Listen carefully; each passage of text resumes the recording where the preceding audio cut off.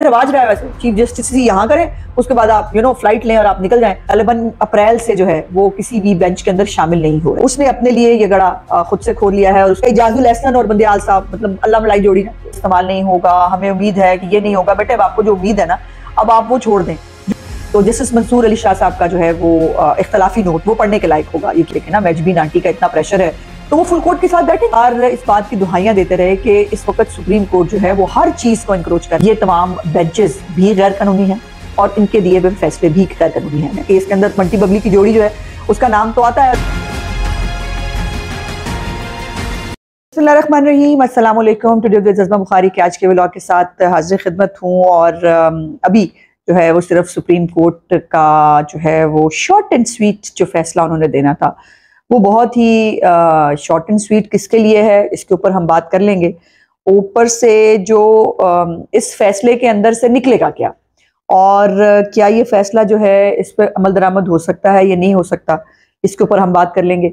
और जो काजी फाइज ईसा हैं जो आने वाले चीफ जस्टिस हैं हमारे, उनकी जो है वो अब क्या जिम्मेदारी होगी, वो अब कहाँ स्टैंड करेंगे, उसके ऊपर बात कर लेंगे। और एंड पे ये जो गड़ा इमरान खान ने किसी और के लिए खोदा था अपनी तरफ से, ये उसके लिए कितना काउंटर प्रोडक्टिव हो सकता है। पिंकी पीरनी और इमरान खान के ऊपर नैब के कौन कौन से केसेस हैं, इसके ऊपर हम जल्दी जल्दी जो है थोड़ी सी बात करने की कोशिश करेंगे। पहली तो गुजारिश ये है कि जो शॉर्ट एंड स्वीट फैसला पीटीआई के लिए सुनाना था बंदियाल साहब ने, वो उनके लिए कितना जहरीला साबित होगा ये आने वाला वक्त जो है वो आपको बताएगा। कुछ थोड़ी बहुत चीजें जो हैं जो मेरे नॉलेज में है वो मैं भी आपके साथ उसको शेयर करूंगी। और हमारे मुल्क में जो है वो सियासी चीफ जस्टिस की एक रिवायत जो है पिछले 3-4 अदवार से चली आ रही है।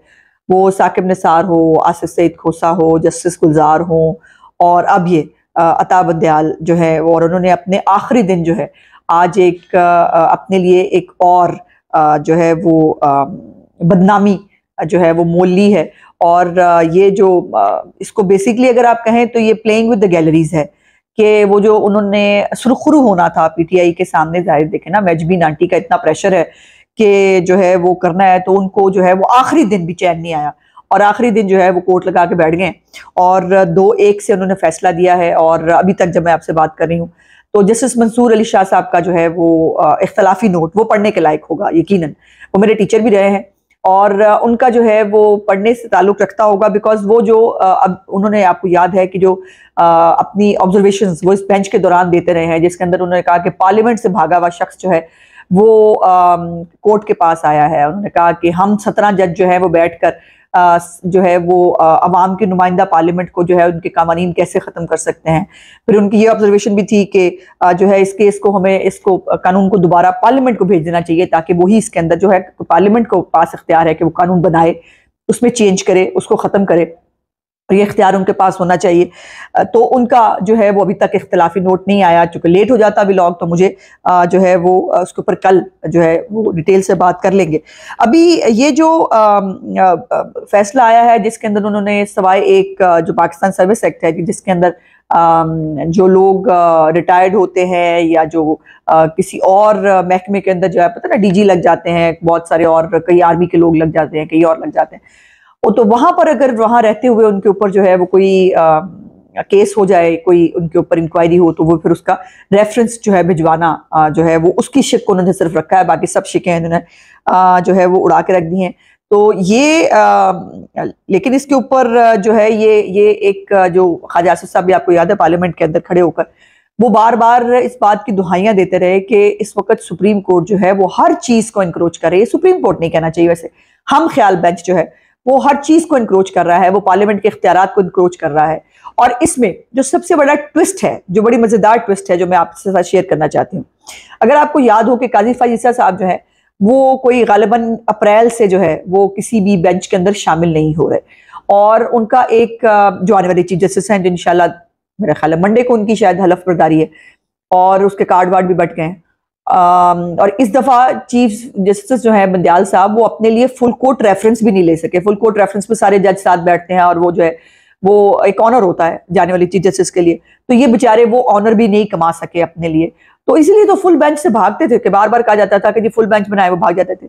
और अलकाजी फाइज ईसा साहब जो है वो अप्रैल से जो है वो बेंच पे नहीं बैठ रहे थे। उनका एक प्रिंसिपल स्टैंड ये था कि जो प्रोसीजर जो है वो जो प्रैक्टिस एंड प्रोसीजर एक्ट जो पार्लियामेंट ने पास किया हुआ है, उसके तहत जो बेंच कैसे बनेंगे, बेंच में कौन कौन जजेस शामिल होंगे, ये सब जो इख्तियार है, ये चीज वैसे से लेकर जो है वो एक जो है 3 रुकनी कमेटी जो है जो सीनियर मोस्ट जजेस पे होगी, उस पर मुश्तमिल होगी, बना दिया गया। तो उसके ऊपर ये स्टे दे के बैठ गए। तो वो स्टे जो है उसके बाद ये तमाम केसेस जो बंदियाल साहब ने उसके बाद बेंच बनाए हैं और बेंच बना के फैसले दिए हैं, मेरी नजर में मैं समझती हूँ कि ये तमाम बेंचेस भी गैर कानूनी हैं और इनके दिए हुए फैसले भी गैर कानूनी हैं। बिल्कुल आप दुरुस्त सुन रहे हैं।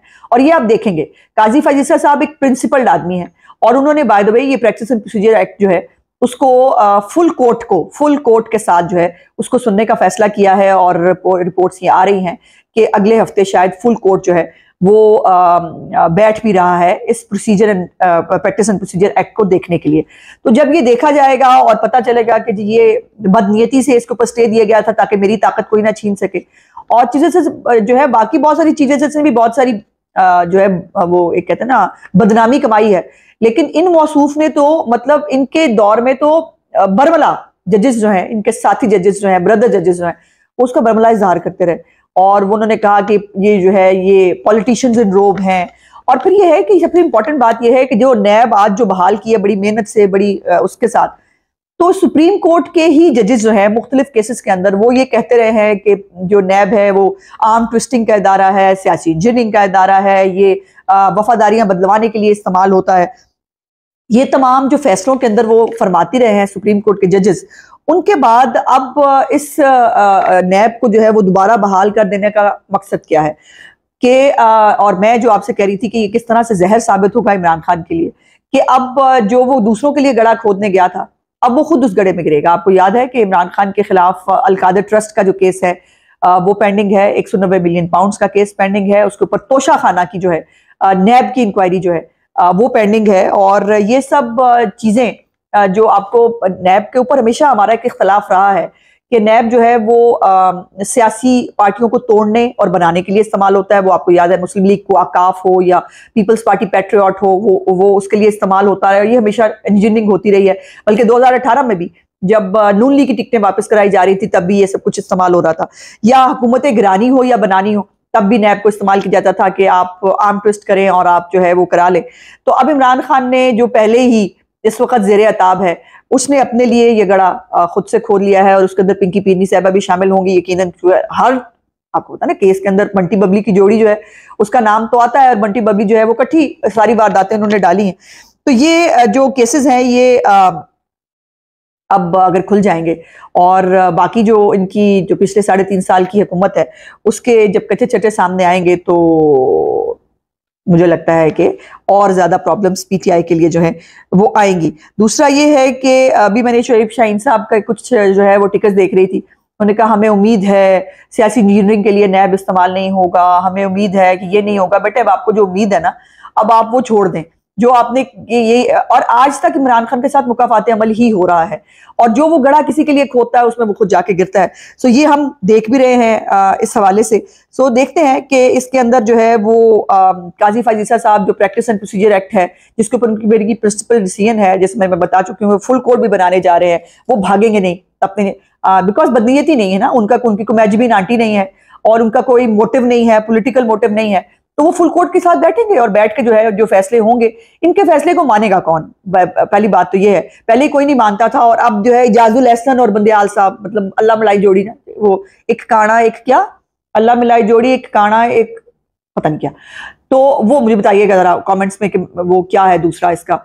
तो ये जो उन्होंने बैठ के फैसला दिया है ये फैसला जो है मैं अपनी नजर से समझती हूँ कि ये फैसला जो है रिवर्स हो जाएगा और दूसरा अदलिया के पास ये इख्तियार मौजूद होता है कि वो अपने जो किए हुए गलत फैसले हैं उनको वो रिव्यू कर सकते हैं, उनको वो उसके ऊपर दोबारा जो है वो कार्रवाई कर सकते हैं। सो अब मियां नवाज शरीफ साहब का वो ख्याली तनख्वाह वाला फैसला जो मियां साहब को नाअहल करार दिया गया था पनामा के अंदर, काजी फाजिसा साहब का फर्ज है कि वो इस केस को देखें। जो 63A की नई डेफिनेशन करके जो है नया कॉन्स्टिट्यूशन लिखने की कोशिश की थी बंदियाल साहब और उनके हमख्याल बेंच ने, उसके ऊपर जो है वो जो है काजी फाजिसा साहब को देखने की जरूरत है। ऑडियो लीक्स वाला कमीशन तो आपको पता ही है जिसमें जो है वो सासू साहिबा का नाम है और ये जो है वो हैरत ये है कि ये सबसे हिसाब मांगते हैं। ये जो है वो पॉलिटिशियंस जो है, अवामी नुमाइंदे जो है, उनको जवाबदेह होना चाहिए। तो जो जज है उनको जवाबदेह नहीं होना चाहिए। आप जो है वो दूसरों को उनके ऊपर प्रोसीजर्स आप बता रहे हैं कि नैब किस किस जो है वो केस को हाथ लगाए। तो जो आपके सुप्रीम जुडिशियल काउंसिल के अंदर एक ही इदारा है और एक ही तरीकाकार है जजों की अकाउंटेबिलिटी करने का, वो नैब के अंदर नहीं आते। काश ये भी नैब के अंदर आते ना, तो फिर पता चलता। तो सुप्रीम जुडिशियल काउंसिल एक इदारा है, सिर्फ उसके अंदर रेफरेंस आता है तो कार्रवाई होती है। मौसूफ जो है उनके ऊपर भी और उनके बहुत सारे जो हम ख्याल बेंच के लोग हैं उनके ऊपर जो है वो पेंडिंग पड़े हैं रेफरेंसेस, और सुप्रीम जुडिशियल काउंसिल में वो उन पेंडिंग केसेस के ऊपर भी उन्होंने कार्रवाई नहीं होने दी। सो मुझे नहीं लगता कि बंदयाल साहब जो है वो, तो बाकी तो सिर्फ बदनामी कमा के गए थे, बंदयाल साहब पता नहीं किसी और प्रॉब्लम में न फंस जाएं जितनी उन्होंने ओवर डूइंग की है अपने इस बेंच बैठते हुए। और आखिर में एक इतला जो है वो मुझ तक पहुंची थी कि बंदयाल साहब की कोई 16 तारीख की अमेरिका की टिकट भी जो है वो कटाई हुई थी। अब वो अमेरिका की टिकट जो है उसके ऊपर वो अमेरिका जा रहे हैं, रिवाज रहा है वैसे, चीफ जस्टिस ही यहाँ करें, उसके बाद आप फ्लाइट लें और आप निकल जाएं और बाहर जाकर जो है आप अपनी फैमिली के साथ अय्याशी करें और जो है बैठकर दूसरों को जो है कानून के भाषण दें। मेरा आज का व्लॉग देखने का बहुत बहुत शुक्रिया। इंशाल्लाह अगले व्लॉग में आपसे बातचीत होगी। मेरे चैनल को लाइक, सब्सक्राइब और शेयर जरूर कर दीजिएगा। खुदा हाफिज।